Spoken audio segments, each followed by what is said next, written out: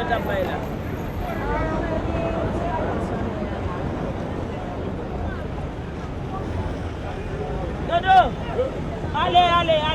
hundreds of surviving residents of the working-class Port-au-Prince neighborhood of Morne, Lazarre, relief from a terrible misery arrives in the form of a woman in a pickup truck. Okay.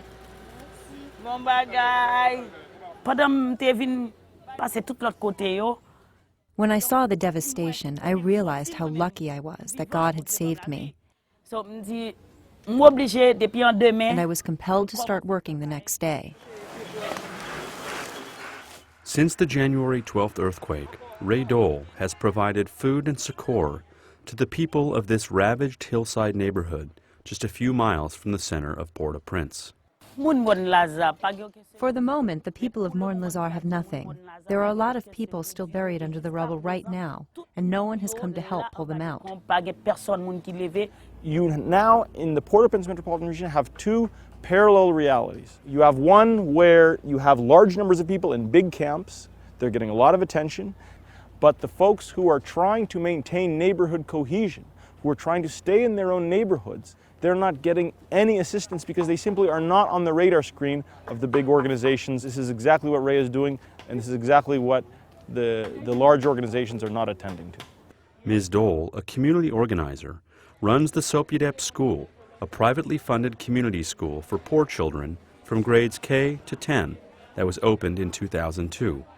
Because it was one of the only buildings left standing, the Sopiedep School immediately became a place for people who lost everything. Because only Sopiedep School stand up, I give the place to them to stay.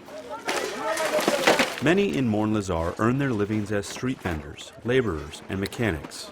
The death toll here was severe.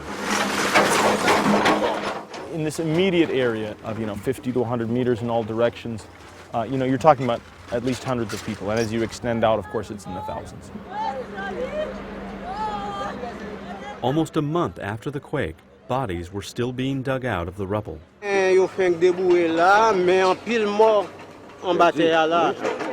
Many others remained entombed. Who's under the rubble? Manushka, my daughter. I've been looking for some equipment, but I still can't get her out of the rubble. If you look at one of the major epicenters of damage because of the terrain, the slopes, because of the construction, it's right here. You look at this hill slope, there's nothing left. One of Ms. Dole's tasks is to help Morne Lazare account for the dead. There were 540 kids in the Sopiedep school. Ms. Dole has collected information about 265 of them, including 28 who are now confirmed dead. This family, all 5 people is dead. But of greater immediacy here is the problem of hunger. Following the quake, Ms. Dole organized friends and family and began buying food from depots like this one. We have rice and beans. As much as she could fit into the back of her brother Dodo's pickup truck. Sometimes she pays with her own cash, sometimes with money from small donations. Often she buys food on her own credit, relying on her reputation. Madame Ray is a godsend. She brought a lot. After the earthquake, she always thought of us. She helped us by bringing us food to eat. She always supported us, gave us strength, told us not to be afraid.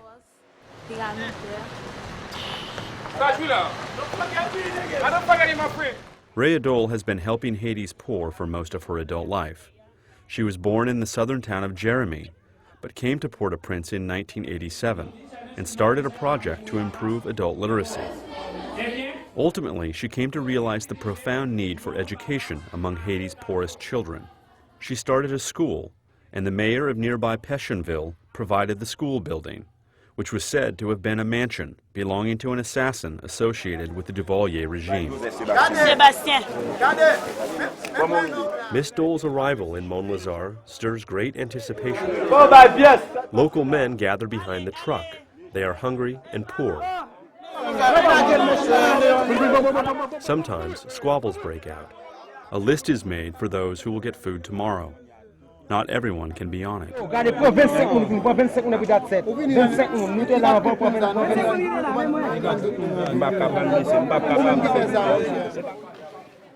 Through the school and through Miss Dole's individual drive, a sense of hope has arisen that has helped Morne Lazarre cope. Madame Ray is like a mother to me. She means a lot to me.